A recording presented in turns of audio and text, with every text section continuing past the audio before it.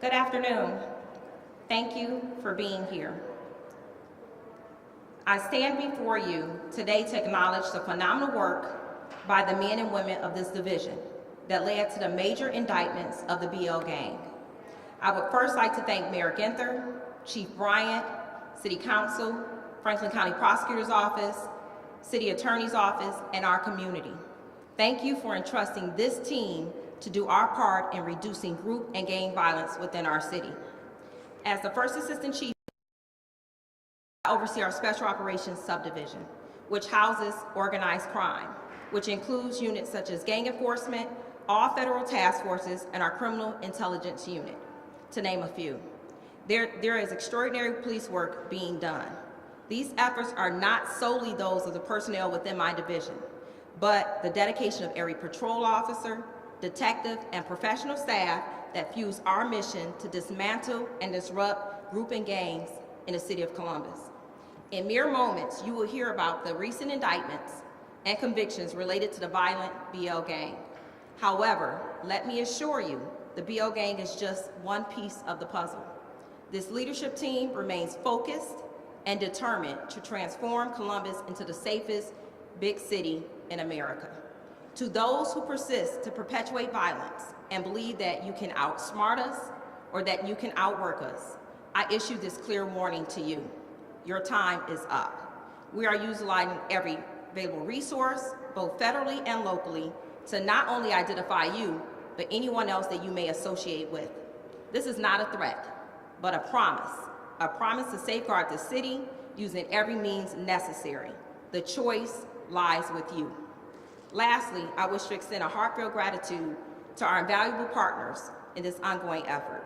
Columbus Violence Reduction, Mothers of Murdered Columbus Children, We Are Linden, Legacy U, Our Brother Keeper, and Columbus Urban League are instrumental in our collective pursuit of peace and security. Together united in purpose and resolve, we will continue to strive for a safer, brighter future for all residents and visitors of Columbus. I will now introduce Deputy Chief Sagal, who is the Deputy Chief of Special Operations Subdivision, to provide more information. Thank you.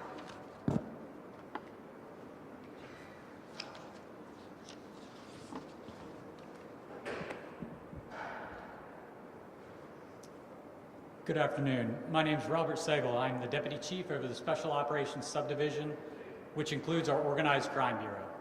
First, I would like to thank Chief Bryant, First Assistant Chief Potts, Assistant Chief Bodker, and all of our leadership staff for the collaboration and efforts within the Division of Police leading to the announcements of these indictments.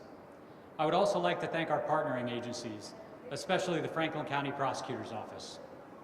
We are here to highlight the efforts to eradicate gang violence in our city and to continue to send a clear message that lawlessness will not be accepted in Columbus.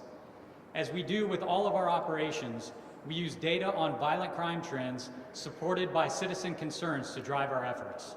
Officers on Patrol Zone 3 recognized a significant rise in gang activity over the past few years relating to the BL gang and their subsets. These officers, particularly CRT 3 and 10B Company, formulated plans to stop the lawlessness which was affecting the community they serve.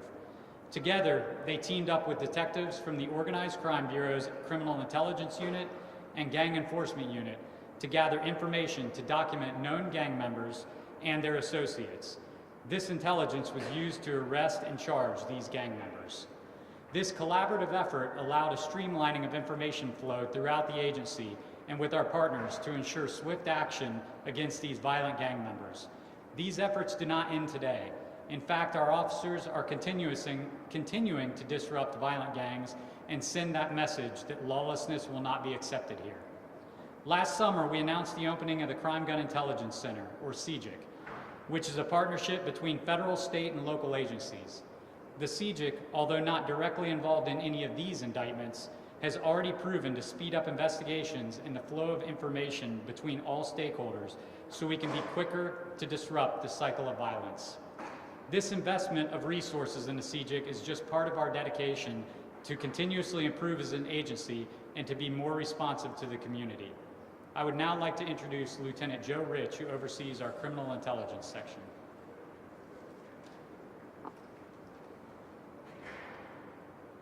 Good afternoon, I am Lieutenant Rich and I oversee the Criminal Intelligence Unit. Before we bring up Detective Klaus back here, who is by all means the architect of this case, I would be remiss if I didn't briefly talk about how we got here. Cases such as the one you see scrolling on the screen behind you involve an incredible amount of work and meticulous documentation to take place. This case in particular started with a group of dedicated patrol officers who recognized a problem in their area of responsibility. They identified a group whose violent acts were disproportionately affecting 2 apartment complexes on the west side of the city. And they decided collectively that they were going to do something about it. To echo what Chiefs Potts and Sagel have said, this case would not have been possible without the teamwork and collaboration between the Franklin County Prosecutor's Office, Zone 3 patrol officers, the Zone 3 Community Response Team, and criminal intelligence detectives. Also, to echo what Chief Potts says, this case is not a one-off for us. With the opening of the Crime Gun Intelligence Center and the quick turnaround of ballistic evidence, we've built partnerships with federal and state counterparts, and we are in a better position than ever to attack these violent groups and gangs. So with that, I would like to bring up Detective Eric Klaus. Hi, my name's Eric Klaus. I'm a detective with the Columbus Police Criminal Intelligence Unit. I was a case manager on this case since 2021 when we started this. I want to make one thing perfectly clear. This was a case that was made based on violence. As others have said, we saw a severe uptick in violent crime in South Park apartments and Wedgwood apartments.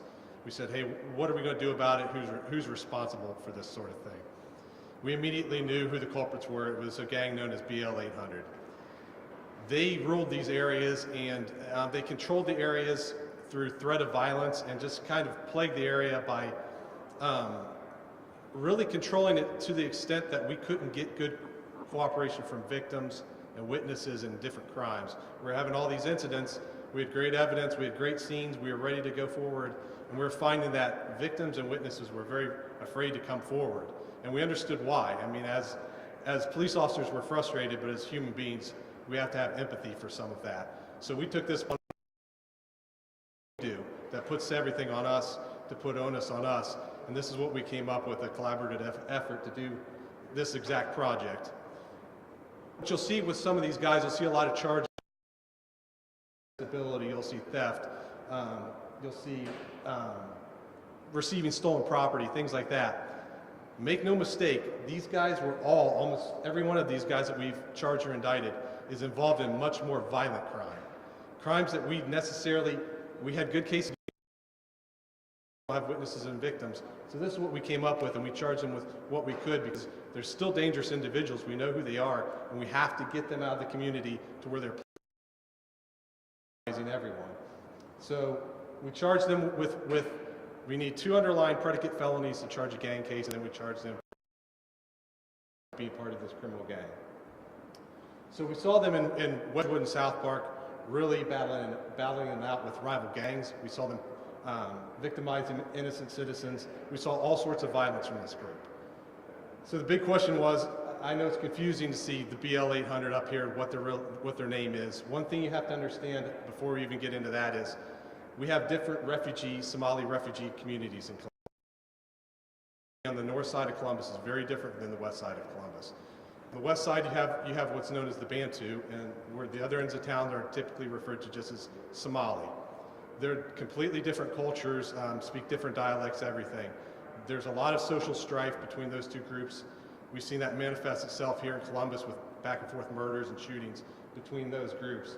But what we're dealing with in this group was the Bantu. The Bantu were what controlled Wedgwood and South Park. Being the name of BL originally stood for Bantu Life or Bantu Love is what they called themselves. They quickly pulled off of that when we started asking questions and saying, hey, what does that mean? They named themselves Brotherly Love. And they said that to kind of be non-threatening. They wanted it to come across as something we underestimate. They're a bunch of friends that are brothers. How could they possibly be a criminal street gang? Well, they're wrong on that, but that's what they call themselves to this day, is Brotherly Love. So they were made mainly of anywhere from 14, 15-year-old up to 25-year-old Bantu males that lived in these apartment complexes. But as they took over and spread violence, you had non-Bantu members wanting to join this gang. As you had non-Bantu members, even though they're called Brotherly Love, that B, underlying B, stands for Bantu. The new members that were not Bantu cannot call themselves BL because they're not Bantu. Therefore, they came up with the name 800. 800 refers to the 800 block of Wedgwood Drive where this gang was founded. That's a kind of a catch-all name that everyone can use. So you will see the non-Bantu members of this gang using 800, but you will not see them using BL. And that's why you're going to see BL hyphenated 800.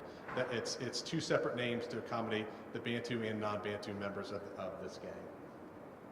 This gang is unlike any other gang I've ever worked. I've been on the West Side for 20 years and worked every gang that's appeared in that time. Their method of operation is completely different. It is completely different. They basically perpetuate a lot of theft. They are not necessarily drug dealers, although we have drug charges on these individuals. But as you can see, we basically put together a case that we could top off with gang charges. That was the main thing we wanted to do to make sure that we were taking the most dangerous offenders off the street and perpetuating for these crimes. We worked with the prosecutor's office. We worked with CRT3. We worked with 10B Company, and we worked with Franklin County Sheriff's and ATF also. I can't say enough good things about the prosecutor's office. They really helped us on this. Our best move that we could do was go to them first off and say, how do we build this case? It was tough. The first 13 guys we had 10,500 pages of documentation on these guys. We have a 150-page criminal predicate statement stating what this gang's about. But through all the help and the collaboration between everyone, we were able to put a good case together, and here's 20 of them here. We actually have 21. We have 21 charged, indicted, or convicted, with Salah Jelani being another one recently for murder. We have another few that's going to come in the next few weeks probably, and we're not going to stop. I mean, it keeps going and going and going. We have to take out the leadership of this gang. We have to take out the framework of this gang if we're ever going to accomplish something. So we're getting somewhere, and it's a start. So with that, I want to pass it on to Prosecutor Pearson.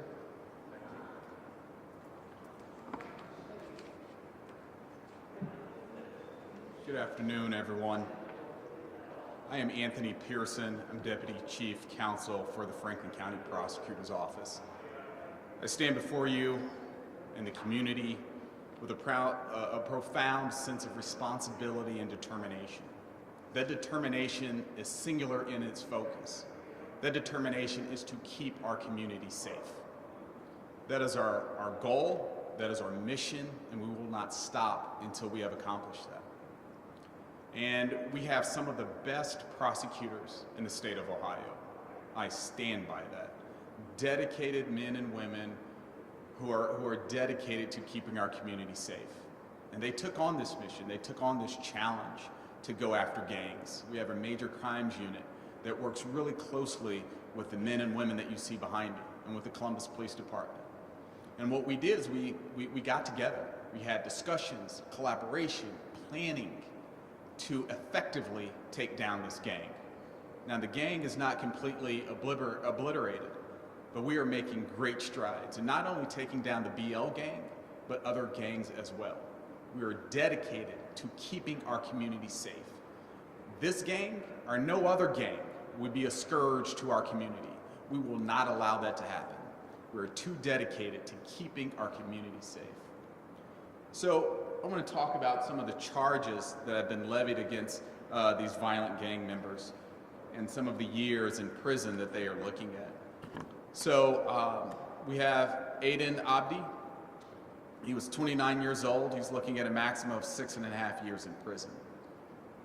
Abdul Akbar, he's looking at for participating in a criminal gang, improper handling of a firearm, and obstructing official business. Abdi Abdi, he was convicted of participating in criminal gang, a weapon charges. He's looking at 10.5 years in prison. Yaqub, looking at 10 years in prison. Elijah Goolsby, looking at 7 years in prison for participating in a criminal gang. Bilal, he's looking at 7 years in prison. Now, these are charges that didn't come overnight. These charges involve planning, cooperation, strategy, and that's what our office is committed to. The Franklin County Sheriff's Office and any other law enforcement agency.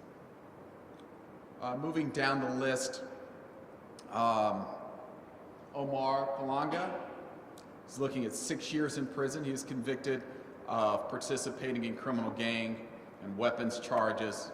Omar Aden is looking at 3 years of supervision. Benjamin Face is looking at 5.5 years of prison. Hussein Abdi, he's looking at almost 11 years in prison. And these are individuals, not a single one of them is 30 years old. So someone may look at this and go, oh, 10 years in prison, that's not a huge length of time, but it's over half the years that these people have been alive. And it certainly sends a message to the community that we're going to do what it takes to keep you safe.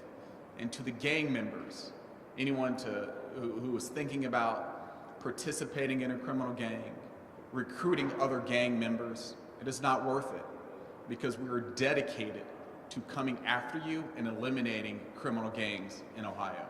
Not only the BL gang, but other gangs as well. See, this is only the beginning.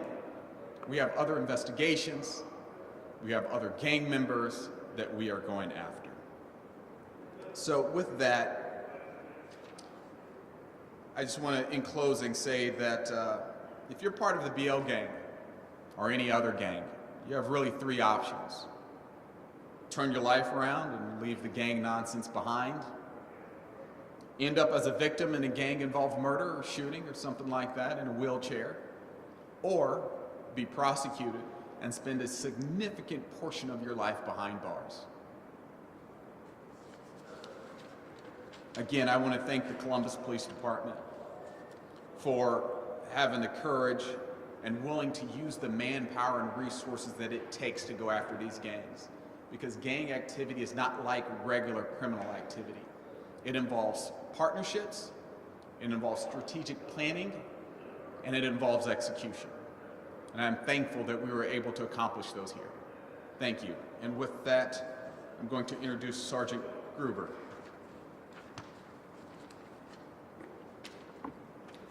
Thank you. Little background on my role and my involvement going forward. I'm the gang enforcement sergeant. Additionally, myself and my team are a part of the Crime Gun Intelligence Center that a few have spoken about here before me. As we're wrapping up, I just wanted to reiterate a few points. First, these officers did a fantastic job on this case, but as a reminder, the case is not over. If you are a BL gang member and you decide to continue to commit acts of violence in the city of Columbus, you will face the same level of investigation and prosecution as you see here today. Second, this is not an isolated incident. We as a division are committed to disrupting and dismantling violent criminal street gangs and groups. There will be more gang cases to come, there will be many more indictments to come, and that will be evident in likely the next few weeks. Thank you. Chief. Thank you. So we'll open it up to any questions you may have. Detective, if I can ask you, Wedgwood and South Park are both known for being two of the most violent apartment complexes in the city. What impact are these arrests going to have on the law-abiding citizens who live there? Hopefully it has a huge impact.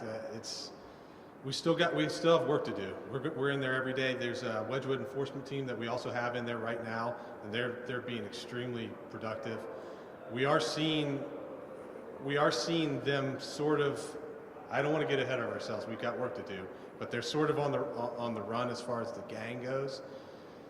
But we're going to be in there every day, continuing to work. We are seeing a slight downtick in the shootings and the violence right now. But like I said, I don't want to say too much. We got to stay on. We got to stay on it. But we're seeing the leadership's taken out. Now you're going to have another group that rises, but we're on top of them too, and we have the framework now set up where we can be successful in the future. How long has this investigation been going on? 2021. I can say I've probably been working this another 3 years on top of that, so it's been a while.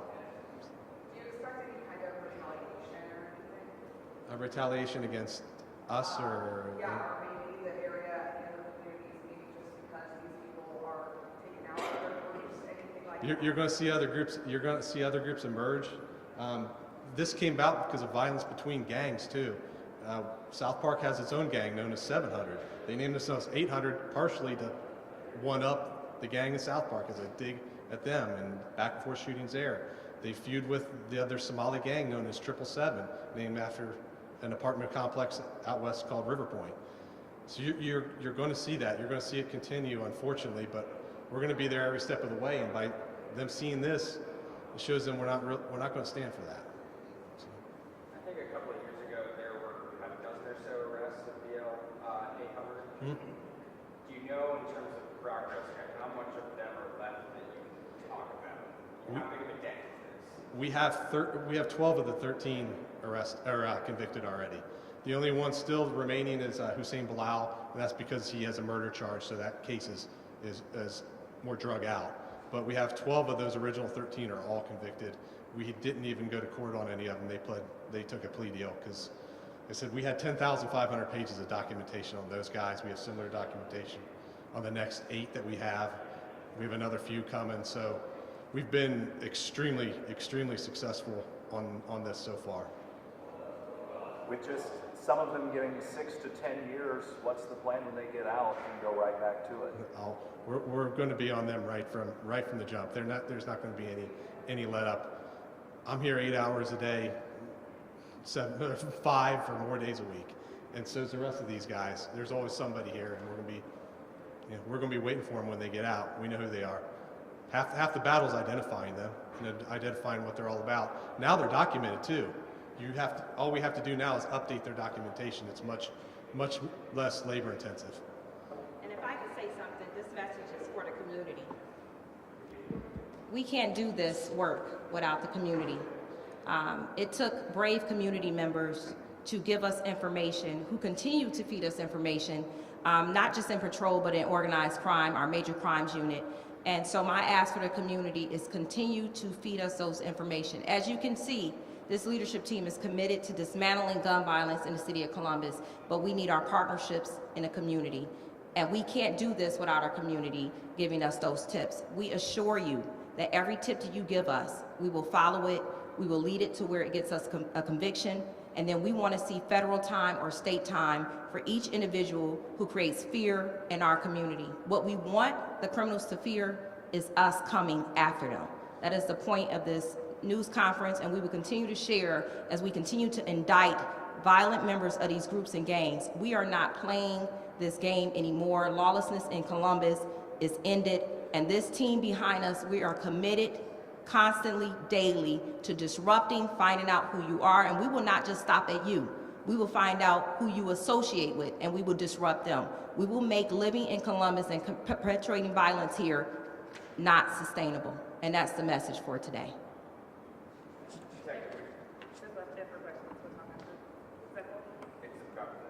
Oh, that's fine. I'll follow up with you afterwards. Sorry about that. That's it for questions. Thank you.